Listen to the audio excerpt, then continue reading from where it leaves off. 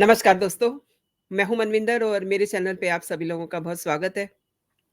दिल्ली के मुख्यमंत्री अरविंद केजरीवाल शराब घोटाले में काफ़ी अपनी फ़ज़ीयत करवा चुके हैं और अब उनको ये लग रहा है कि वो किसी भी टाइम, एनी मोमेंट उनको ईडी दबोच सकती है, उनको जेल हो सकती है, उन्हें जेल जाना पड़ सकता है। इन सब वजहों को देखते हुए दिल्ली सरकार की मंत्री आतिशी मारलेना और सौरभ भारद्वाज ने ये दावा किया है कि अगर ईडी अरविंद केजरीवाल को गिरफ्तार करते हैं, तब भी वो अपने पद से इस्तीफा नहीं देंगे और जेल से ही अपनी सरकार चलाएँगे। भई वाह!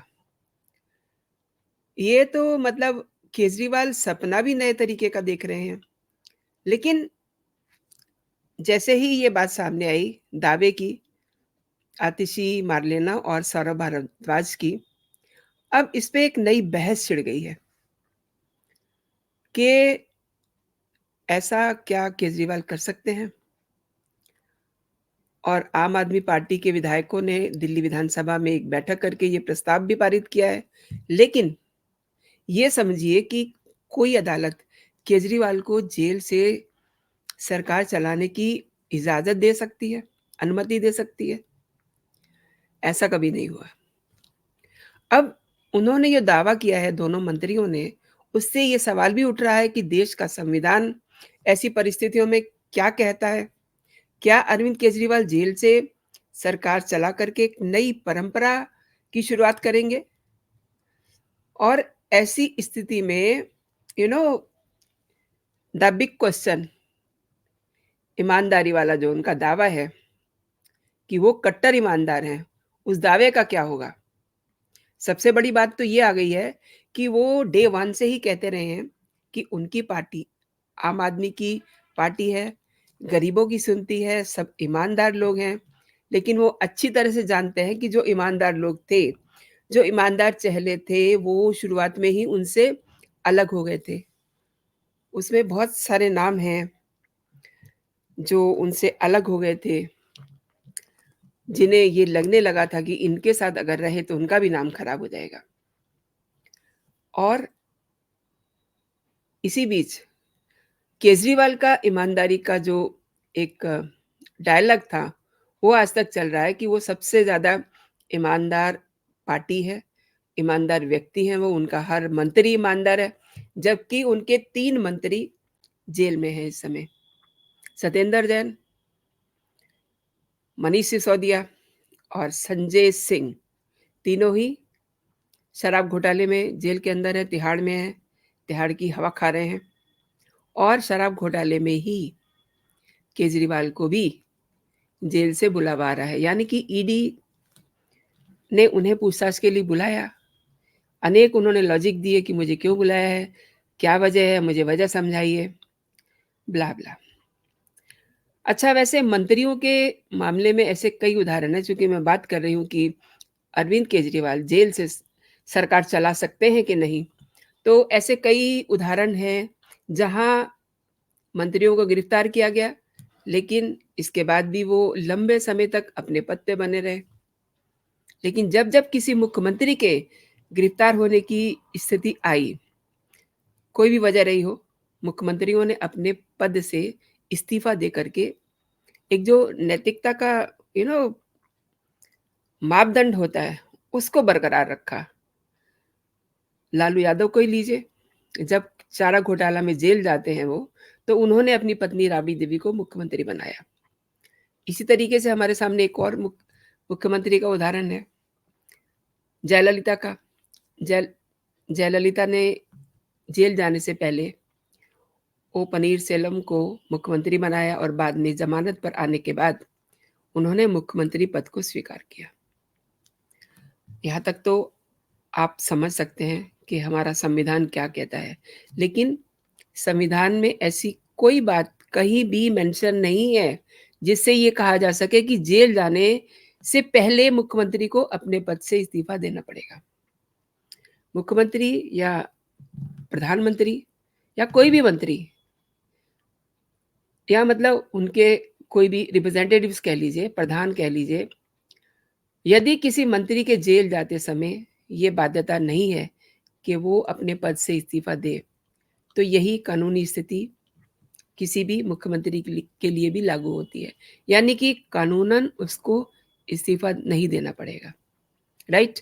लेकिन अदालत हो, सरकार हो या फिर आपका परिवार हो, इसे चलाने के लिए कुछ बाय लॉज़ होते हैं, कुछ परंपराएँ होती हैं और एक नैतिकता का भी बड़ा रोल होता है। किसी कानून को बनाए जाने से पहले उससे रिलेटेड जो परंपराएँ होती हैं, उनको संज्ञान में लिया जाता है। इस मामले में अब परंपरा जो अब तक हमने देखी है, वो यही रही है कि मुख्यमंत्री अपने पद से इस्तीफ़ा देकर के जेल जाते रहे हैं और राजनीतिक तौर पे इसका उन्हें लाभ भी मिला है।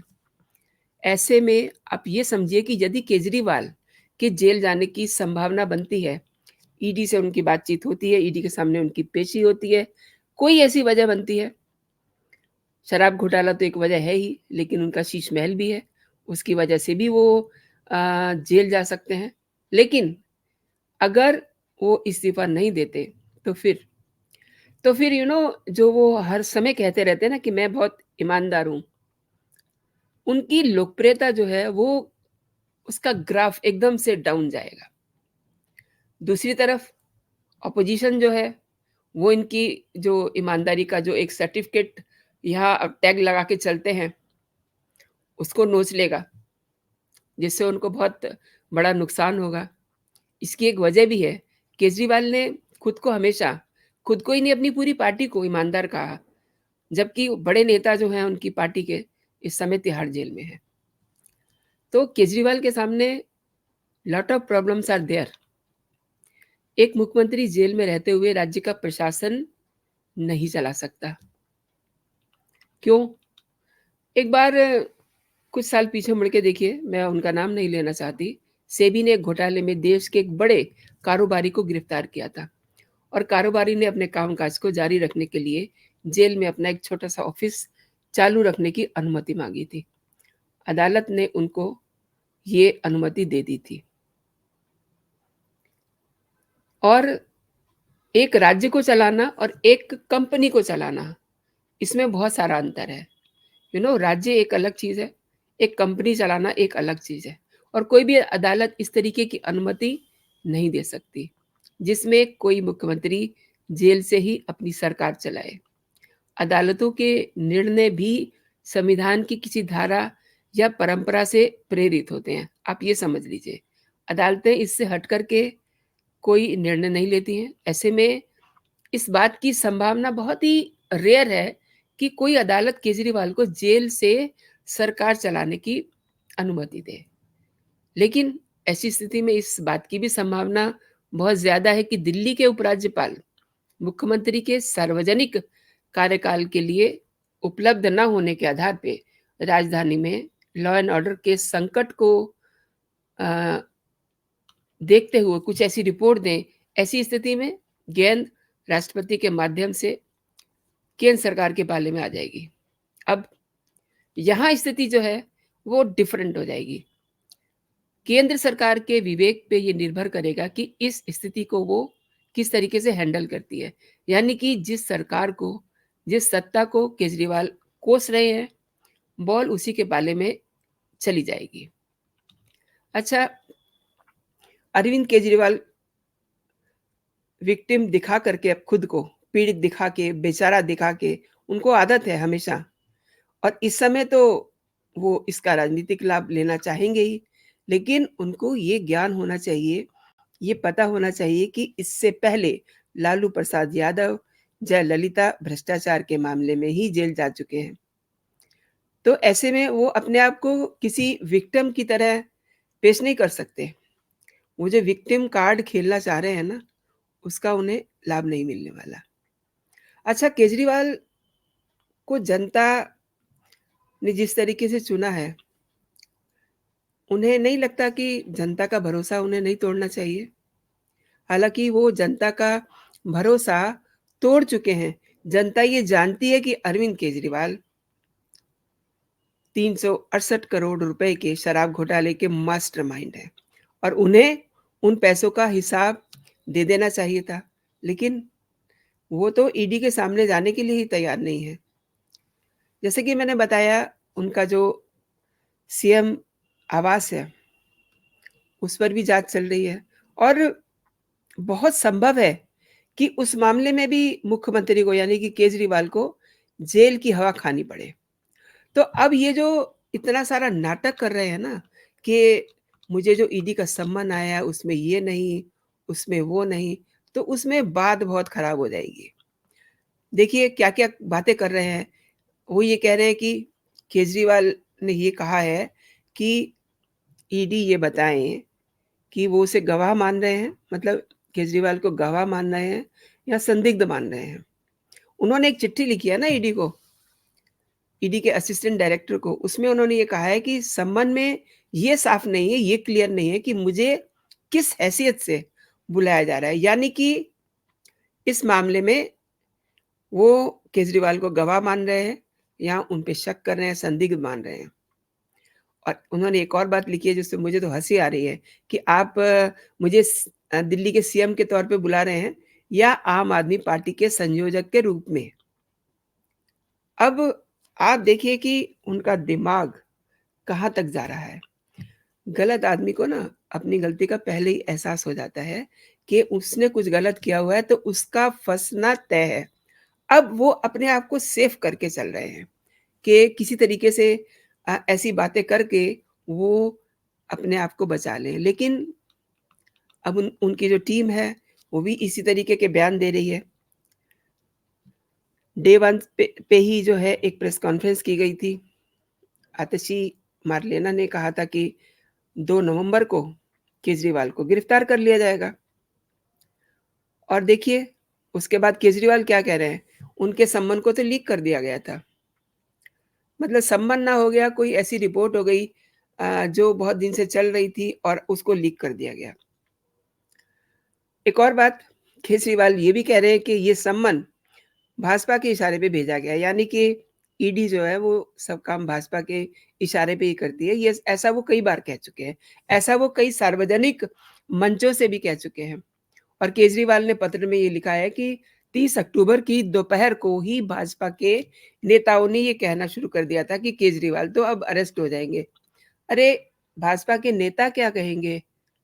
हम यूट्यूबर आपको कई महीने से कह रहे हैं कि आपने जो काम किए हुए हैं, आपको तो जेल जाना ही पड़ेगा।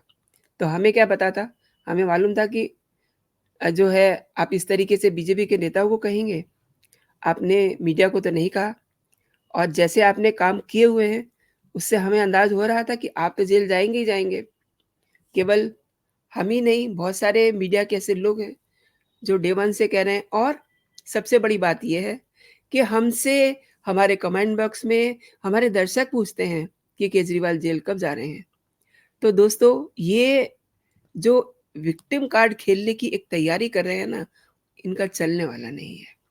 और दूसरी बात ये है कि दिल्ली की जो वरिष्ठ मंत्री हैं, ऑब्वियसली वरिष्ठ मंत्री आतिशी मार्लेना और सौरभ भारद्वाज ने ये दावा कर दिया है कि ईडी अगर अरविंद केजरीवाल को गिरफ्तार करता है, तो वो अपने पद से इस्तीफ़ा नहीं देंगे, जेल से ही अपनी सरकार चलाएँगे।